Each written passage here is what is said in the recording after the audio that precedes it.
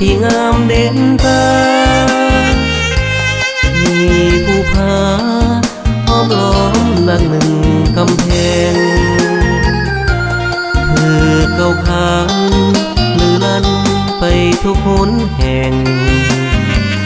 ว่าเป็นเขตแข็งอุดมสมบูรณ์วิไลท่าแขกสวยงามดังแดนสวรรค์เป็นทินฐานที่ข้าหักดังดวงใจข้าทนทุกข์สกพรมและทมมองไม่เมื่ออยู่ห่างไกลทินฐานบ้านเกิดเมืองนอนจำใจจากเพียงชั่วเวลาจึงขอลาทุกคนไปก่อนจำใจนี้จำใจจากตนสูดอาวรณ์ถอนใจเศร้าโศกวิญญาณท่าแขกสวยงามดังแดนวิมานเทพสวรรค์เสกสรรปันแต่งเจ้ามาให้เป็นแดนที่งามเลิศในพื้นลาหนึ่งในอาณางามแท้ท่าแขกนี้เอ่ย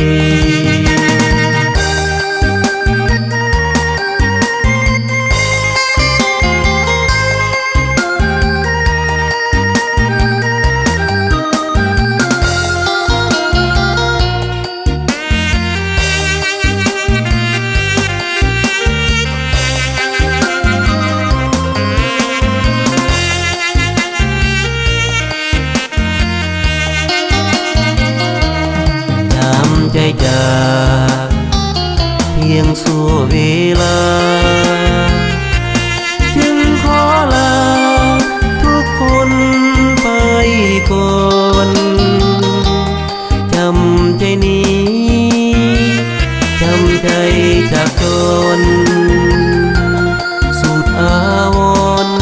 ถอนใจเศร้าโศกวิญญาณท่าแขกสวยงามดังแดนวิมานเทพสวรรค์เสกสรรปันแต่งเจ้ามาให้เป็นแดนที่งามเลิศในพื้นลาหนึ่งในอาณางามแท้ท่าแขกนี้เอ่ย